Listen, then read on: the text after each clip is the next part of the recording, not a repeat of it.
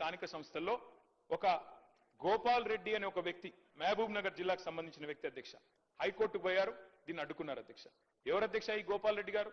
ముఖ్యమంత్రి గారికి సన్నిహిత బంధువు, అదేవిధంగా కాంగ్రెస్ పార్టీ నాయకుడు. ఆయన పోయి ఆ రోజు కోర్టుకు పోయి అడ్డుకున్నారు అధ్యక్ష. అడ్డుకోవడం వల్లనే ఆ రోజు కాంగ్రెస్ పార్టీ చేసిన నిర్వాహకం వల్లనే జరిగింది. నేను గౌరవనీయులు కేటీఆర్ గారిని కోరుతా ఉన్నాను. ఇది మేము కూడా ఒకటి అప్పీల్ చేయడం జరిగింది అధ్యక్ష. మేము ఆ మున్సిపల్ బిల్కి సంబంధించి కానీ ఇప్పుడు సీతక్క గారు కూడా ఒక అప్పీల్ చేశారు. చాలా ఇంపార్టెంట్ బిల్కి సంబంధించి ఇప్పుడు ఆరోపణలు ప్రత్యారోపణలు చేయాలనుకుంటే వేరే డిస్కషన్.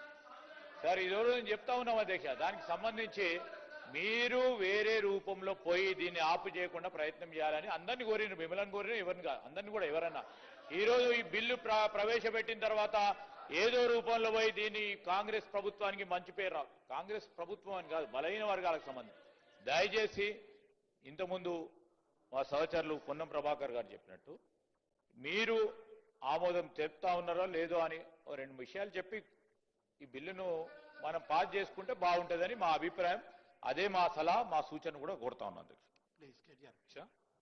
సీఎం గారు కనుక రాజకీయపరమైన అంశాలు మాట్లాడకపోతే మాకు కూడా మాట్లాడాల్సిన అవసరం లేదు. నేను సభ దృష్టికి, సభ్యుల దృష్టికి, రాష్ట్ర ప్రజల దృష్టికి వాస్తవాలు చెప్పాలి కాబట్టి నేను చెప్పాను. కానీ మాకు వేరే ఉద్దేశాలు లేవు అధ్యక్ష. సంపూర్ణంగా ఈ బిల్లును స్వాగతిస్తున్నాం, సహకరిస్తున్నాం, కావాలి సలహాలు కూడా ఇస్తున్నాం. స్వీకరిస్తారా లేదా మీ విజ్ఞత, దీన్ని మేము చేయగలిగేది ఏమీ లేదు. కానీ వాస్తవాలు చెప్పాలి కాబట్టి 2018లో మేము జీవో తెచ్చిన మాట వాస్తవం. బలహీన వర్గాలకు 34% రిజర్వేషన్లు ఇవ్వాలని సంకల్పించి జీవో నంబర్ 396 తెచ్చిన మాట వాస్తవం. గోపాల్ రెడ్డి అనే నాయకుడు అడ్డుకున్న మాట వాస్తవం. వారు ముఖ్యమంత్రి గారికి దగ్గరి బంధువు అన్న మాట వాస్తవం. మహబూబ్ నగర్ జిల్లా అన్నది వాస్తవం. అందులో నేనే తప్పు చెప్పట్లేదు, వక్రీకరించట్లేదు.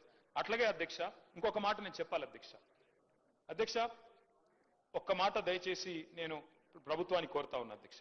మీరు మాట్లాడితే ఇందాక వేరే ఫామ్లో రండి, మరి హౌస్ ఎన్ని రోజులు నడుపుతారో ఇప్పటివరకు చెప్పలేదు అధ్యక్ష. నిన్న మా హరీష్ రావు గారు, ప్రశాంత్ రెడ్డి గారు ఇద్దరు బీఎస్సీలో ఉన్నారు, అడిగారు 15 రోజులు నడపండి, ఎరువుల కొరత ఉంది, 15 రోజులు నడపండి, రాష్ట్రంలో వరదలు వచ్చి సమస్యలు ఉన్నాయి, 15 రోజులు నడపండి, బీసీల సమస్య చర్చిద్దాం, బీసీ డిక్లరేషన్ ఒక రోజు పెట్టండి అధ్యక్ష.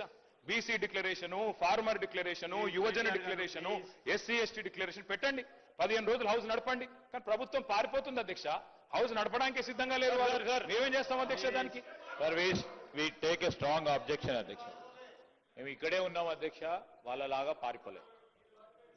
ఈ రోజు కూడా మేము స్పష్టంగా చెప్పడం జరిగింది, మా అభిప్రాయం బీఎస్సీలో చెప్పడం జరిగింది. ప్రజా సమస్యలపై వారు అనేక విషయాలను ప్రస్తావన తీసుకొచ్చినప్పుడు అన్ని విషయాల్లో కూడా డిస్కస్ చేయడానికి మా ప్రభుత్వం తరఫున మేము ఓపెన్గా ఉన్నాం. We are ready. ఎన్ని రోజులు అంటే అన్ని రోజులు ఈ సభ నడపడానికి ఎక్కడ కూడా వెనుకాడబోము. ఈరోజు ప్రత్యేక పరిస్థితుల్లో ఉన్న తరుణంలో ఒక పరంగా ఫ్లడ్స్ వచ్చినాయి, గణేష్ ఉత్సవాలు ఉన్న సందర్భము, వాటి అన్నిటిని కూడా దృష్టిలో పెట్టుకొని బీఎస్సీ నిర్ణయం తీసుకుంటుందని అభిప్రాయాన్ని వ్యక్తం చేశాం. కానీ వారు పారిపోతున్నప్పుడు వారు పారిపోయినారు అధ్యక్ష. ఇప్పుడు మేము పారిపోలేదు, ఇక్కడే ఉన్నాము, ఇక్కడే ఉంటాము, మళ్ళా కూడా వస్తాము, ప్రభుత్వంలో ఉంటాము. ప్రతి